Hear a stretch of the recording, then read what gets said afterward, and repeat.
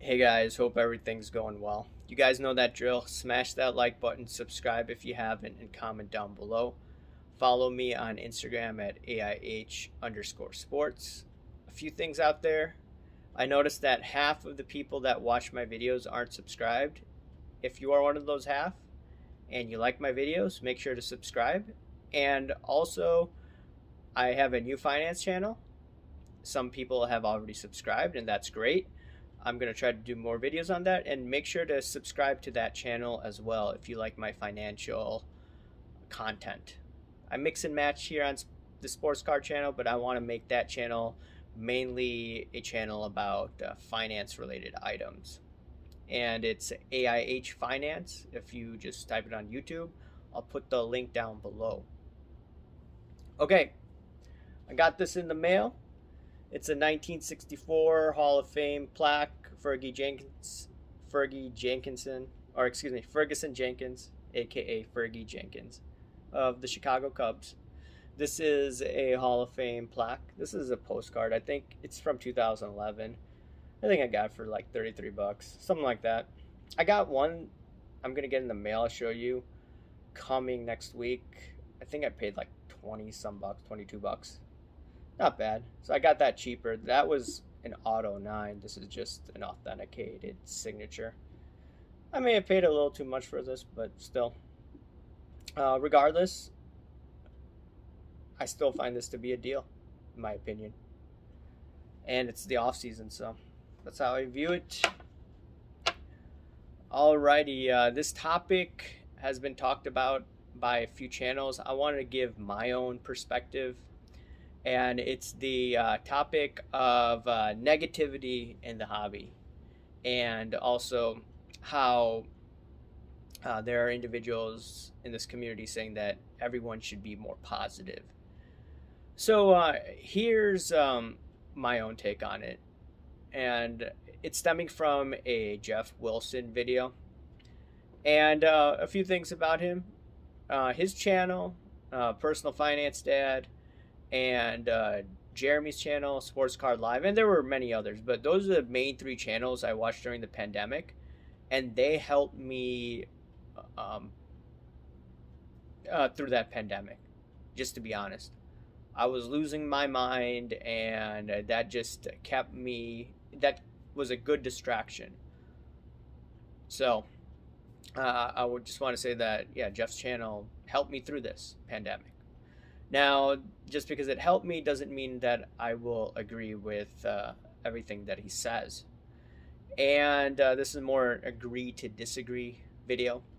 I don't know what you guys have to say about this, but he said that everybody in the hobby needs to be positive. There's a lot of negative news coming along, etc., etc., etc. So I know that Jeff is a successful entrepreneur, and he probably became successful because he's an optimistic guy, and optimism helps. And obviously, you want to be positive in whatever you do because, number one, it's not good for your health. So what I do is, I go to the gym, clear my mind, and swim. That's how I get, some of this, you could say, all this crazy things going on in society. It makes me really stressed out sometimes. So I need to, sometimes look at sports cards as a distraction. I need to watch sports. I need to work out. So, and sports cards helps me clear my mind. Talking about this YouTube channel. Now, here's the thing though.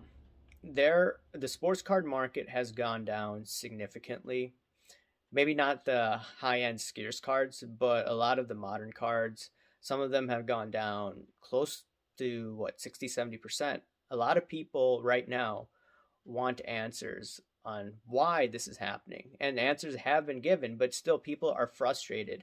For instance, if someone bought a Fleer 86 PSA 9 close to $70,000-$80,000, was trying to speculate because everyone said buy, buy, buy, or other channels said buy, buy, buy, then those guys are going to get bitter, and they may lash out at content creators. whether it was their fault or not. And I've seen this type of behavior in the gold and silver community. Back then, people wanted a scapegoat.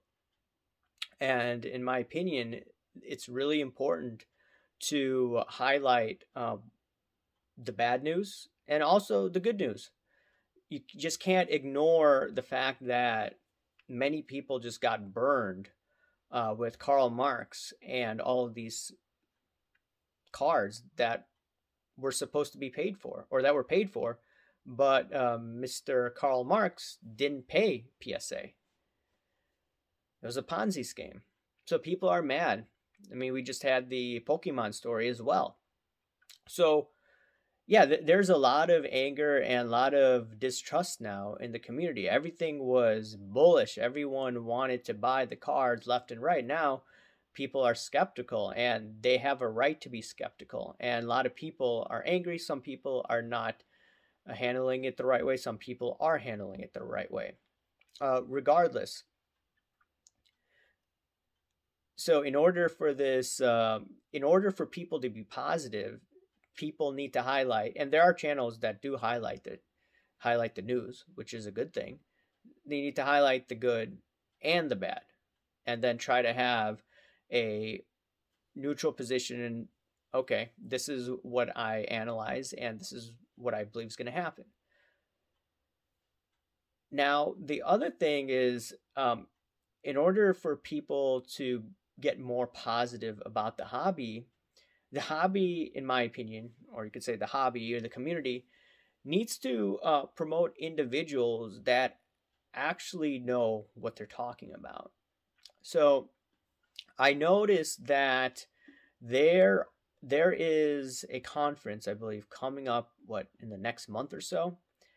And I see, first of all, two CEOs, one CEO where the market capitalization has significantly cratered, and he's a lead speaker at this panel. And then we have another CEO, I believe, is speaking, and I believe they just laid off at least half of their staff.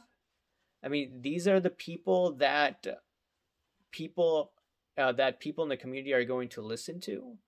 I mean, I just find that quite, I wouldn't say ridiculous. I just find that to be quite interesting. And the thing is that if you look at other speakers, I noticed that these individuals are not qualified to speak regarding sports cards or alternative assets in general. I noticed there's one YouTube creator could be pumping F1 cards. I can't prove 100%, but if these events are bringing on pumpers, then why should people be positive about the hobby when they are not promoting individuals who are qualified to speak? There are people who follow me on YouTube that are more qualified than some of the speakers regarding the collectibles industry. There are people on YouTube who have been on here for over a decade that have small channels, maybe a little over 3,000 subs or close to 4,000 subs. They are more qualified to speak regarding the collectibles industry than some of the speakers that I see. Now, I don't care if people just got back in the hobby within a year or two ago. The reality is how well they could analyze information. And when we're bringing in people that don't know what they're talking about, I frankly don't know what to say to people that say, hey, be positive, be positive, be positive. I just don't know. Thirdly, I think what needs to happen is people in this community, they need to talk about, number one, obviously we know the pros of the collectibles industry, but you need to talk about the cons, where people may actually get hurt. And I just did some Google book search and I looked at collectibles and I was looking at, okay, what does Google Books have regarding this industry? And I noticed that a lot of the disadvantages everywhere I read, whether it's in the Google book search or whether it's on old Chicago Tribune articles that I searched through my library's database, they said the number one challenge in collectibles is liquidity. Okay, this is not like the stock market. And if many people treat this like the stock market, well, the people that got in last are going to get burned the most. There's this accounting inventory, or in accounting, there's FIFO inventory. First in, first out. You get in a non-liquid market, you get in first, and you're the first one to get out, and you have a large following on your platform, you could make a killing. You could basically say, oh yeah, I'm all for F1, or I'm all for, I'll just make this up, motorcycle cars, whatever, right? And you get this and you buy it early on, and then you're selling, and then other people say, oh, look, this YouTube content creator is buying all these cars. They seem to be a smart person, and I'm going to do what they do. And then they're dumping. And while all these guys getting these cards, well, they're going to be holding the bag. You know, there's also the accounting principle of LIFO, last in, first out. And a lot of these guys, what's going to happen is they're going to be the last ones in, and they're going to be the first ones out, and they're going to take the largest hits because they realize then they got scammed, and they want to get out before they lose even more money. So, in my opinion, we need to look at, obviously, we know the pros, but we need to also highlight the cons. And the thing is that in business school, they taught us about a SWOT analysis in marketing: strengths, weaknesses, opportunities, threats. And I think we know the strengths, okay, like I mentioned, but we need to look at the weakness. And this is one of the weaknesses of this marketplace.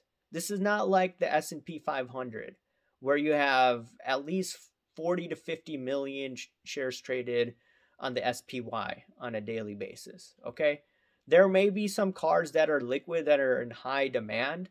I talked about Brady and Jordan cars. Those are the 236 and the 386, comparatively speaking to other cards. It's obviously not, liquid like a stock. Okay, I just want to reiterate that. But still, I do see some channels talking about it. That's a good thing, but we need to make sure that now we are in a downturn. We need to make sure that this type of information is told to the people listening. And if we don't do that, then the people that are watching are going to turn on the content creators, and it's just going to be a mess. And I don't want to see that. I don't want to see this becoming like the gold and silver community, where everyone was just going after each other. The morale was low. Obviously, you want high morale in a community, and you need to, in my opinion, be as honest as possible. Sometimes people may not like what you have to say, but it is what it is, okay? And I'll read you one thing that I read in this book, Mastering the Market Cycle by Howard Marks. And I just read it the other day, and I think it's relevant to this topic. All right. One of the most significant factors keeping investors from reaching appropriate conclusions is their tendency to assess the world with emotionalism rather than objectivity. So that's what we have here. We have a lot of hype in the sports card market rather than people being more objective. Let me continue on. Their failings take two primary forms: selective perception and skewed interpretation. In other words, sometimes they take note only of positive events, okay? Only of positive events, and ignore the negative ones. And sometimes the opposite is true. And sometimes they view events in a positive life, and sometimes it's negative. Okay, that happens as well. All right. I wanted to read you one more paragraph. It all seems so obvious. Investors rarely maintain objective, rational, neutral, and stable positions. First, they exhibit high levels of optimism, greed, risk tolerance, and credulousness. And their resulting behavior causes asset prices to rise. Does that seem familiar to last year? Potential returns to fall and risk to increase. And then it talks about people turning more negative, and yeah, the cycle go to the downside. So I need some water. Sorry, guys. But long story short, we have to be objective when looking at markets and investments. And obviously, you want to be positive and optimistic in your lifetime, in your life. There are ways to do that to clear your mind. I think working out helps me out. But at the same time, just simply looking at things from a positive perspective and ignoring the negative, I think is detrimental when it comes to investing and also sports cards, guys. All right, let me know what you think, guys. Smash that like button, subscribe to my channels, and I'll talk to you later, guys. Thanks. Bye.